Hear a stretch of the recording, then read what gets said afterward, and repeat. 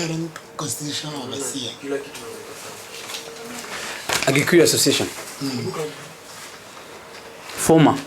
Lakini ulikuwa former chairman. Baja wakoko. Ndio nimetoka Murang'a Mbele sasa hivi. Ameniambia.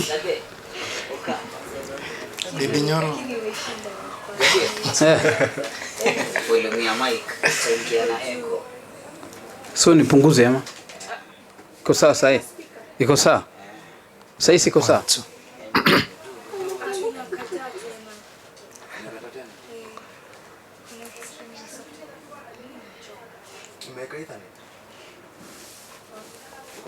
Mimi niko na taito mingi bana, lakini niko na taito mingi lakini tumia zingine Current overseer of the Constitution of the Agikuyu Association in Mount Kenya University. Ken Clinton.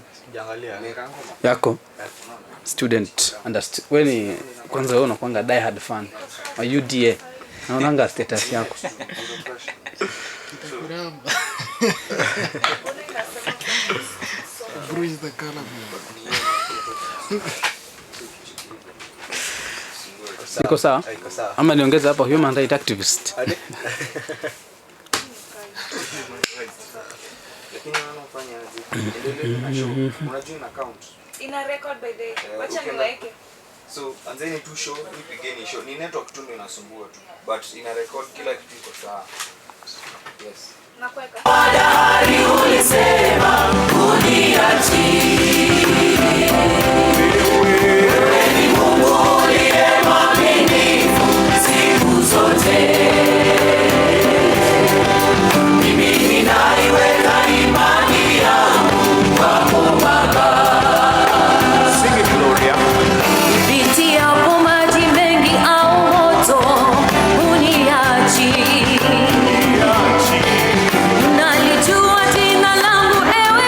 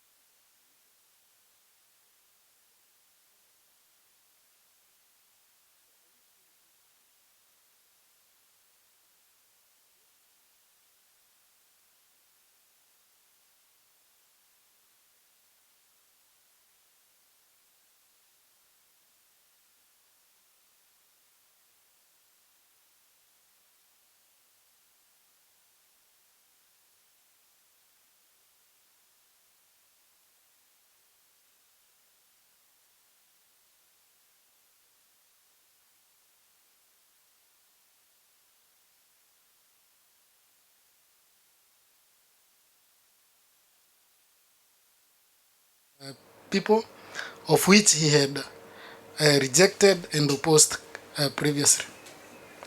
Clinton, what's your take on that? That we need to extend the presidential term limit from the normal 5 to 7 years. Thanks so much for the show, Mr. Jabir. I'm Ken Clinton, a student of Public Administration and Governance at MKU. Currently on the issue of the presidential term increase, I do support the issue because in most cases after the election, we see the first year of the term of the presidential term. Basically, it's for the strategizing from the previous election. And in most cases, the last year, the 5th year of the presidential term, you see that no work is done in this country. So you find the time that we have a limited time for performing the work of the presidential work. Basically, that's the 2nd year, and 3rd year, and the 4th year. In which in that period, nothing much is not done in that period. So I would support that, because even as per the constitution, it allows for the amendment of the constitution, because our constitution is the past 10 years. So I think that is a very good idea, and it will help in the implementation of the manifestos for the government. Thank you so much. Carlos, this is a constitution that was drafted by a select committee panel like 10 years ago or 13 years ago. So are we trying to recreate the constitutional people who really adopted this constitution in place that and said the presidential term limit in if we compare even in the European countries or even the outside world, I mean, in most countries we have a term limit of 5 years, but a bill has been tabled to the National Dialogue Committee to extend this from 5 to 7 years. Okay, to me in my own thinking, the bill about the presidential term limit should be dead on arrival. If we look at the past history, for example, the Kibaki's regime, and we compare the Ruto's regime, he has only been in power for the past 1 year, and we can clearly tell that Kenyans and the people who voted for him, there is a high economic strike. How do they want to convince us that we extend the presidential term limit to 7-year term? What are they going to deliver? Yet even at the grassroots and the ground level, the common mwananchi, we are at pain. Some of us are homeless. Some of us, we believed in this Kenya Kwanza regime. We voted for them wholeheartedly, but they have not been delivering. According to me, they have not been delivering, and instead their manifesto was the bottom-up agenda. It has become the reverse from top-bottom agenda. I don't see the need of changing the presidential term. Our term is at being greedy, greed of power. Somebody who just took an oath 1 year ago cannot, some of his legislators are coming on board that they want to change the presidential term limit. What have they achieved so far? First, they need to come on board and tell us what they have achieved since we elected this regime. And we compare notes, because as I said earlier, this is a democratic concern issue. It will involve public participations, and public participation means we must come back to wananchi and collect views. How are we going to collect these views? It must be tabled in parliament for the legislators for the amendment, for the hearing. It's so unfortunate that of late we have legislators who we can even predict the side that they will vote for, and all of them, they're just self-interested. They're centered for personal gains, and have left the common mwananchi down at grassroots level struggling. And in case you're joining us, this is the Mid-Morning Show, where politics becomes poetry and truth seeks refuge in the mind of the curious. And we are live on our Facebook page at MKU Journalism Club. On Instagram, you can also follow us at MKU_online radio. You can give us your tweets, your feedbacks. You can even call in on 0702492593. Coming to Major, the UDA party has distanced itself from the claims made by the Nandi Senator, Samson Cherargei, saying that the Senator is just talking some ill words, because they have decided to, according to a statement by the Secretary General, Cleophas Malala, he has distanced himself from the claims made by the Nandi Senator, Samson Cherargei. Is this something that is being cooked by an individual, or it's something that the Kenya Kwanza government or the administration knows what is going on? Okay, all right, thank you. So, I'll say Cherargei, as we all know, Cherargei is a close friend to Dr. William Ruto. So, this is something cooked behind the scenes.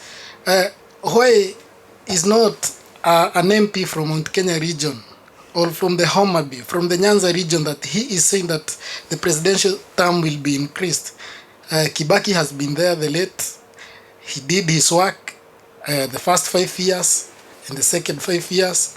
Uhuru has been there, has worked for 5 years and another second term for 5 years, and he has delivered. They have delivered. Kibaki delivered in that they are referring a short term. Well, it's too early for them to decide that the presidential term will be increased. So as my friend has said, this is about greed of power, and I like the books that we learn in high schools. They are a good reflection of the nation that we are living today. So this is something of self. I can say that in our country right now, the president is using a divide rule to rule all over the nation. As you can see, Mount Kenya, he has Ishongwa is fighting with other leaders in Mount Kenya. It's so bad to see that divide rule is the it's so ironical that he is using the divine rule and he says that he is going to agenda the bottom-up agenda. Clinton, if may, most Kenyans argue that the presidential term limit to be exceeded. This is just trying to quickly shift the attention of the nation from the high cost of living to matters, the extension of the presidential term limit. Many Kenyans argue that the Kenya Kwanza government is trying to shift the attention of the citizens from the high cost of living to this presidential term limit. Is this any truth about this, maybe? Thank you on that. I would say that we basically know that with the cost of living is very high at the moment. So on the issue that the Kenya Council is trying to shift from the Kenyan mind from the high cost of living to the presidential term increase, I would basically say that is no, because those are two different issues. We can work on the high cost of living because no matter what, you cannot forget that you are angry when you are dealing with the other issue. So basically, according to my opinion, I would say they are not trying to drive the Kenyan mind from the high cost of living, but basically, as long as I am supporting the issue, I would rather say that this is a democratic country. We should understand that that is a bill, that is not a law, and it will have to involve the public participation. The public can try to bring the bill down or support the bill. So we should be patient, just like the other people are saying, like Cleopas Malala, that is something they have not agreed upon. So we should be patient as the Kenyans, see what will happen. Those are just proposals, that is not a law. Once we see what will happen, we will get the outcomes of it.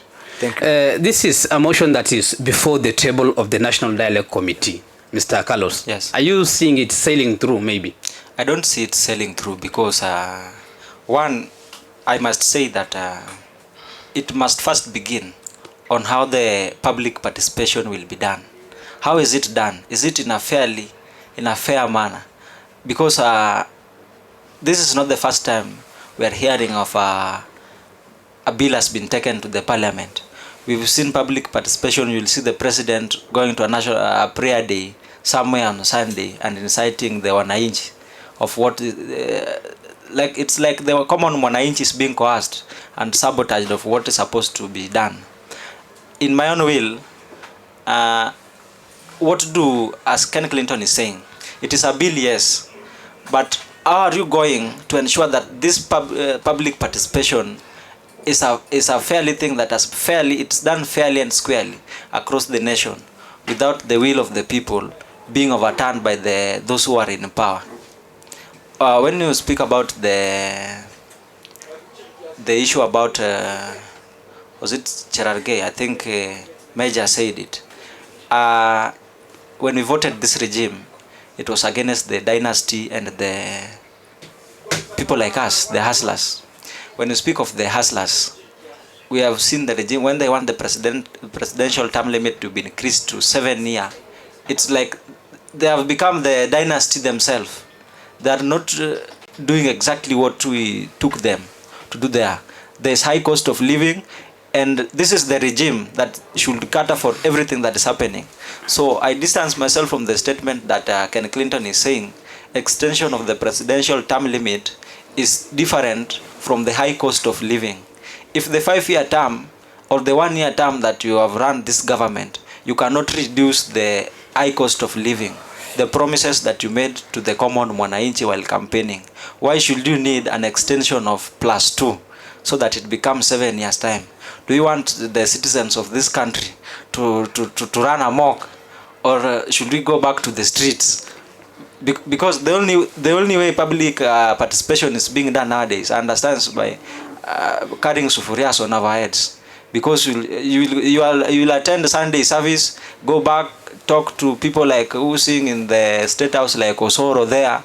You incite citizens that public participation has been made with some section of Uda youths, which you've mobilized with some small tokens. Then you go back there.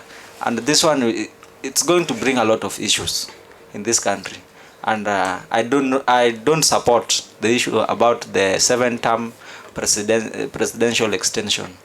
Major, are you seeing the bill maybe sailing through to the different stages before it is assented by the president to be a complete law? Are you seeing it sailing through? Because currently, as we are talking, the bill, the motion is before the National Dialogue Committee, and it is being debated upon at the Bomas of Kenya. Right. For me, I would say no, because one thing, when will I rule? When will Jabir become the president? When will Clinton become a president? Let's say president goes for, that is 14 years, the first term and the second term. Then, by then, you'll be 30 or 35. So, we need to give other people's chance. We need to give youth chance. If it was about the greed of power, the former presidents could not have retired. So it's good to accept that when time comes, when the 5 years are over, and we see that you have a track record, you have done your work, then we will go back to the polling stations, give vote for you, and you rule for another second term. But MPs or the legislators are there to make laws or to drop laws, and this bill already is there at the parliament. Most that the majority are the UDA members.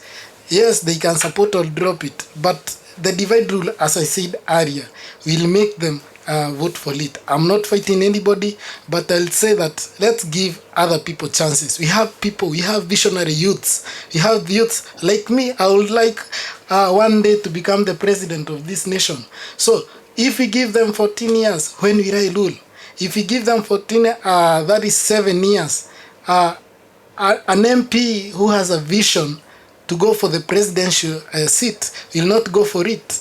Then I youth that I have a vision to become the MP, I will not go for MP because the MP will come back. So it's good that first we showcase what, or we deliver what we promised. That's the thing we should deal with first. We deal with the cost of living, we deal with the cost of fuel, we deal with the cost of education and everything. They say that education is free, I doubt. So it's good that for now we focus on the agendas that they gave us during the campaign period. So if we focus on the agenda, then 2026 is the right time to come and tell us, yes, Kenyans, we have done this, we have achieved this as our manifesto stated. And then we are requesting that we maybe do the public participation and get the votes so that they may go for 7 years term. So I will definitely reject that and claim that let us give other people's chances. Let's give a visionary youth a chance. Let us use the 5 years to rule. Thank you. Clinton, are you seeing the bill sailing through until the final stage, that is the assent stage, where the president usually puts a signature into it before it becomes a law? Yeah. Thank you. On that, I would say that it is sometimes very hard for the bill to go through all the stages, because we believe that for a bill to go through the stages, first it is drafted, then the public views are collected. From that, we have the convention of the conferences. Before that process, I don't think I'm not very sure whether the bill go through that stages, because at some time the parliament has the power to pass the bill, and at times, like my friends have said, despite the fact that I'm a diehard of the Kenya Kwanza manifesto, the divide and rule policy in our nation, where we see like people from the mountain, we are divided through one of our own leader, who is Uhuru Kenyatta. So I doubt that the bill can go through all the stages. Yeah. Thank you for your opinions. We are checking a very short break and we will be back. In case you are joining us, you can just live stream on our Facebook page at Journalism Club Mount Kenya. On Twitter, you can send us your tweets at JMMC Mount Kenya. You can also give us a direct call on 0702492593. We'll be back with more after this short break.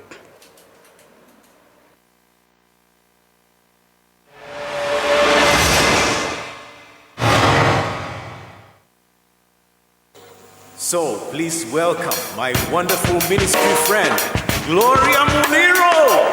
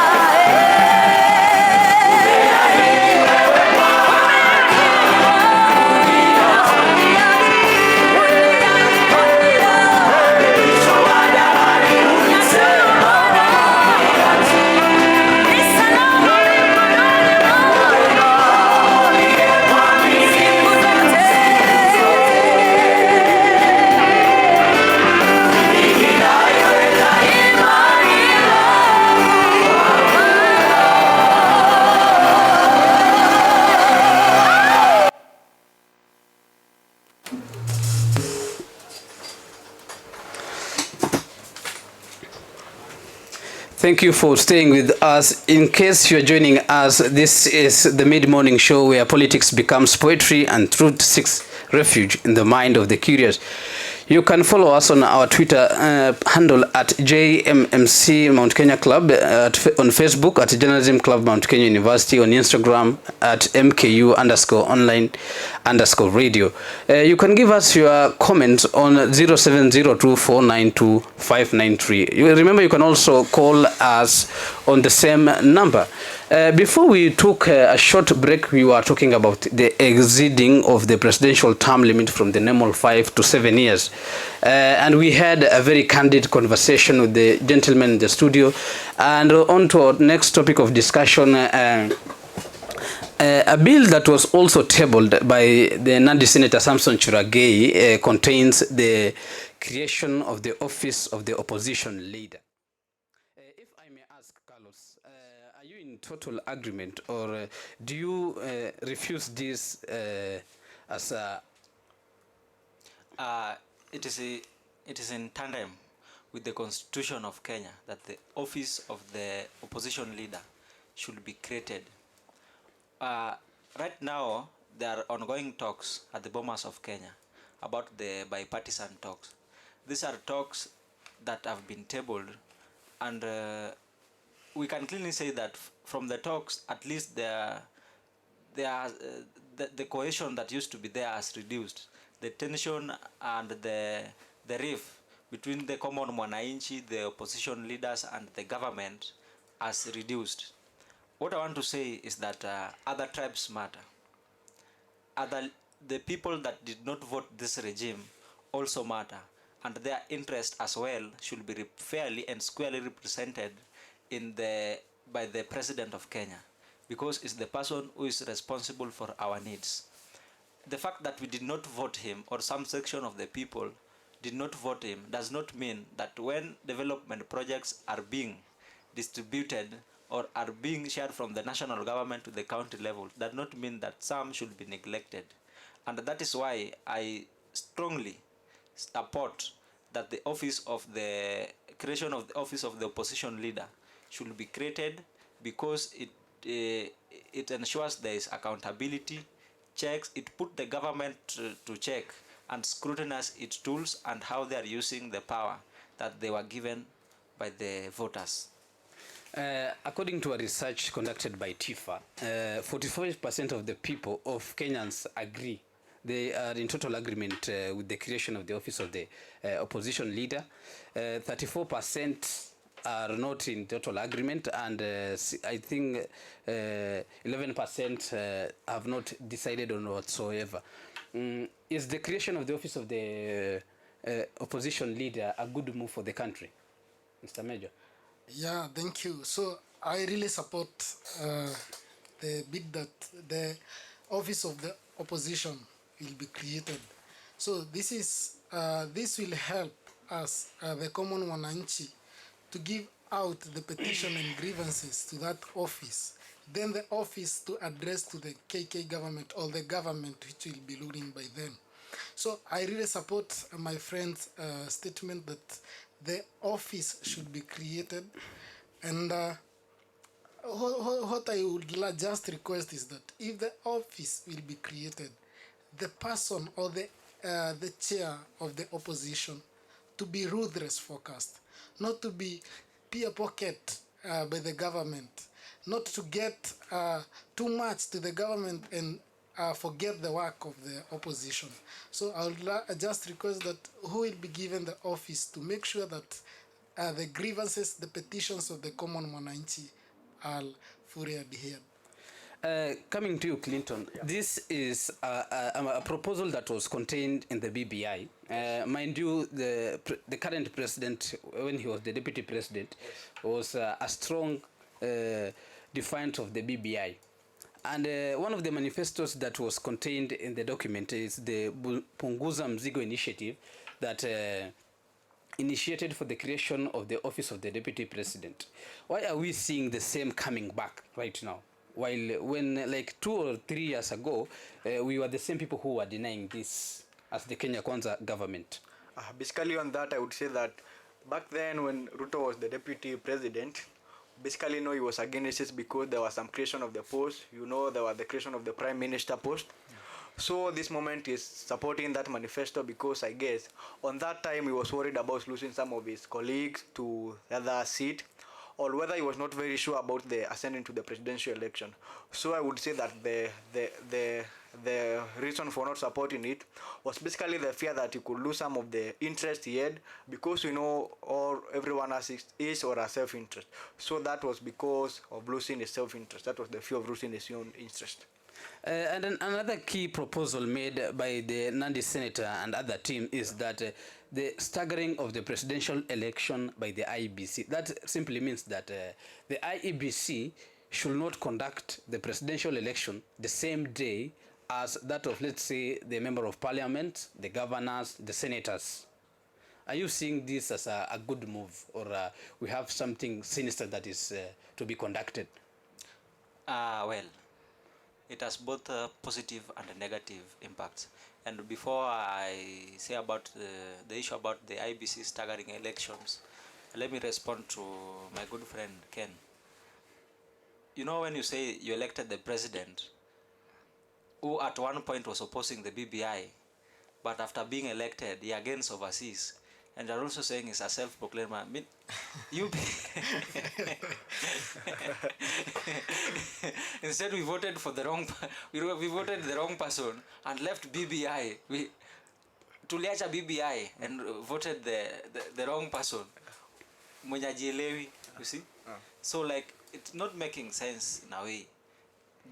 What I can say, this regime, these people are, you are totally confused.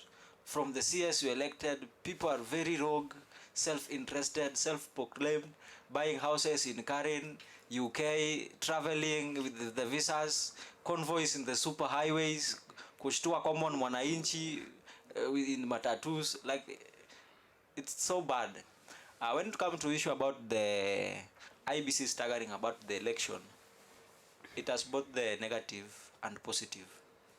One, IBC staggering the election so that it's conducted separate will give more time when there is voter education to the common mwananchi.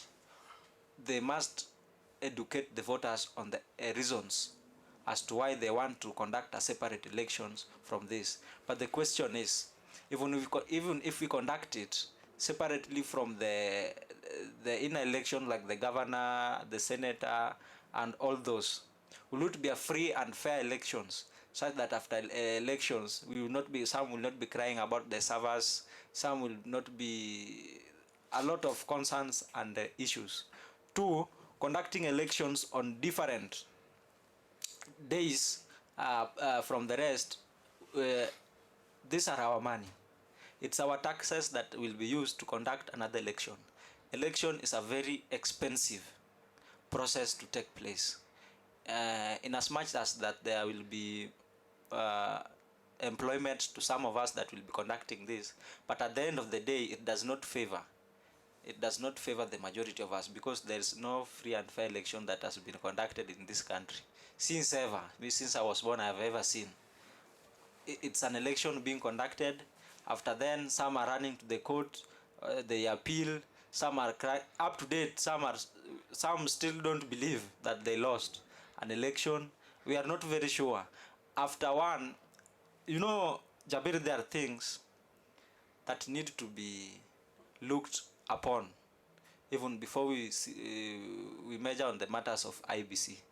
We must scrutinize the people that are involved in these elections. Are they people who are transparent? We cannot conduct an election that after one year is when they are ready to open the servers. All that time, what were they waiting with these servers? Meaning, after 1 year is when the IBC board is very ready to declare an election that was done in 1 day process. So it takes 1 day to conduct an election, but it takes 1 year to open the server for scrutiny of those who lost an election. Is it making some sense? It has been of a norm to Kenyans that every election losers usually challenges the results in the Supreme Court major. IEBC staggering the presidential election. Are we moving forward as a country to the right direction, surely? As they say, this situation or this statement is null and void.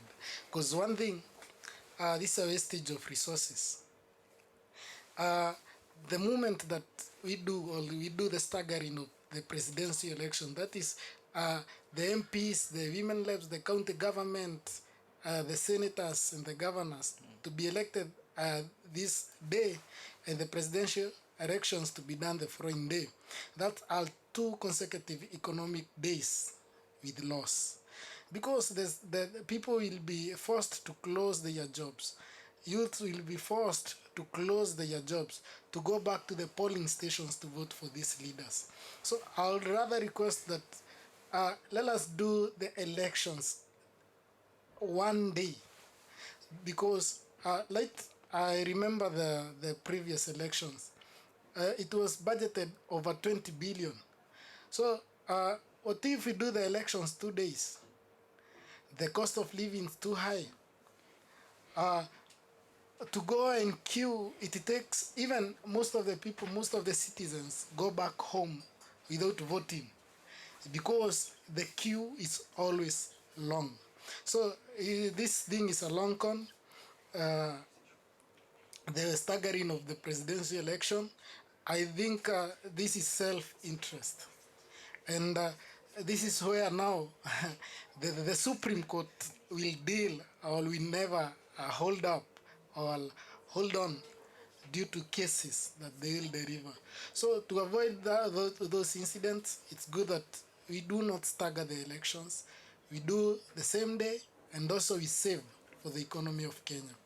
Clinton's others are arguing from the point of view that giving the presidential election the first priority, or giving them ample time to conduct even the counting of votes.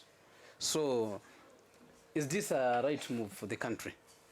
Thank you on what my friends have seen, a bit and major. Like in some developed countries like the United States, we see that you have that move.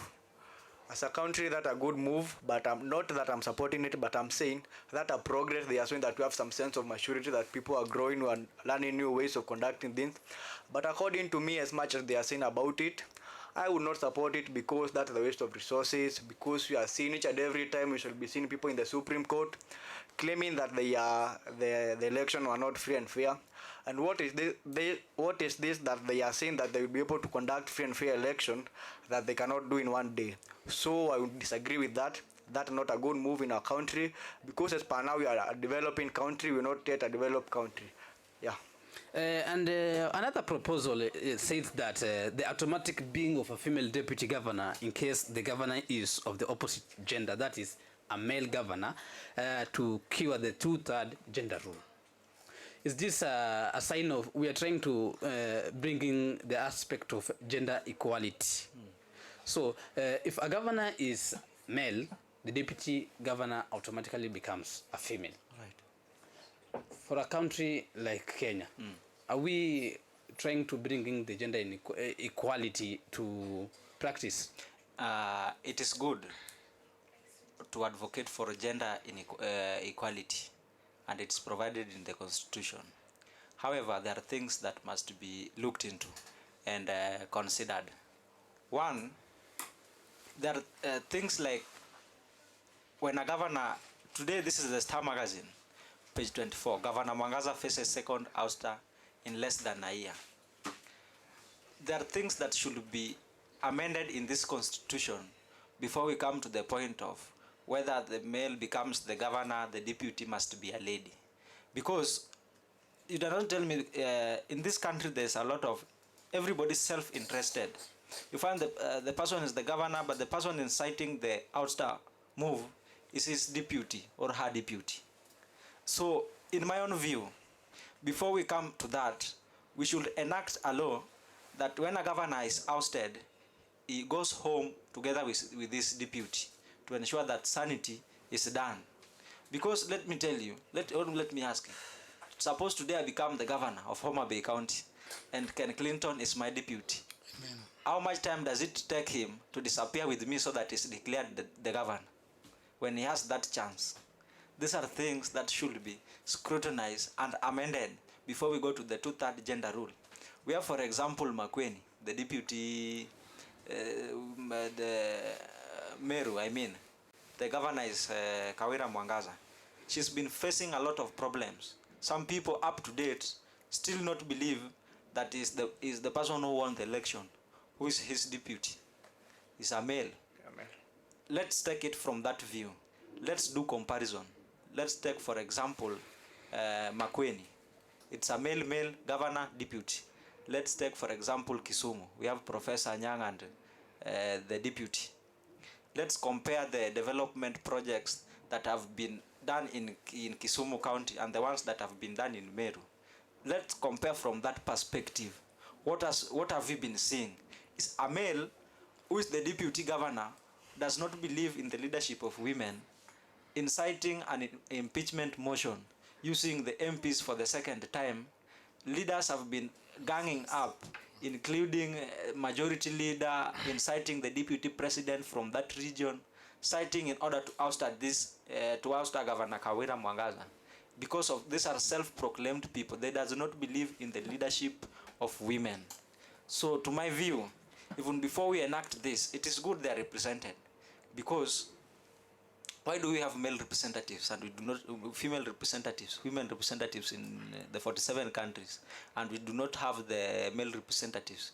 You know, when we also begin to debate such a matter, it's somehow not fair, because we've seen NGOs coming up, girl child initiative, Okoa girl child, Okoa girl child, Okoa. Where are boys? Have you heard of initiative that has been provided of Okoa boy child?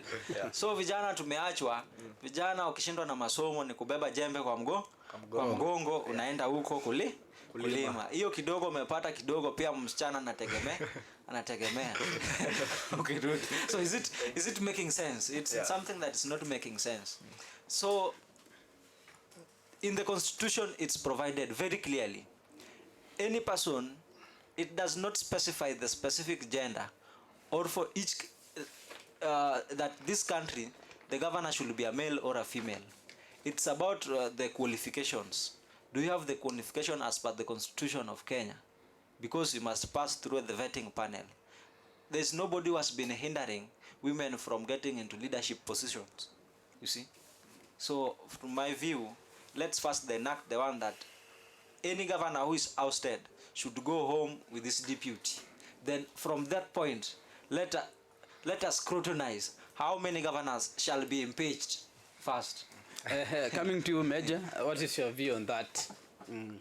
As my friend has said, let me say that no one is fighting the truth agenda or the women leadership, because so far so good, as we can see that TSC, Madam Nancy Macharia has been there, and she has done his well, and the education sector is good, the TSC sector is good.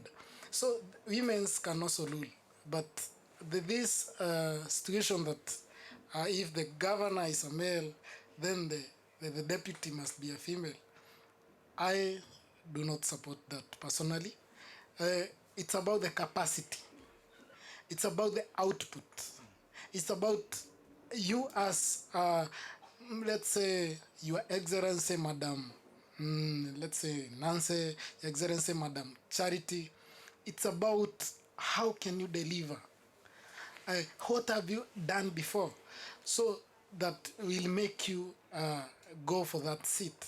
So it's not about, we are not fighting the women leadership, Jabil, but what we are doing, Jabil, is to say that let's showcase our ability. Leadership qualities. Yeah. Because, it's so ironical, Jabil, and my friends, you'll bear witness with me that it's so ironical that we have a lot of leaders who are men. Yeah.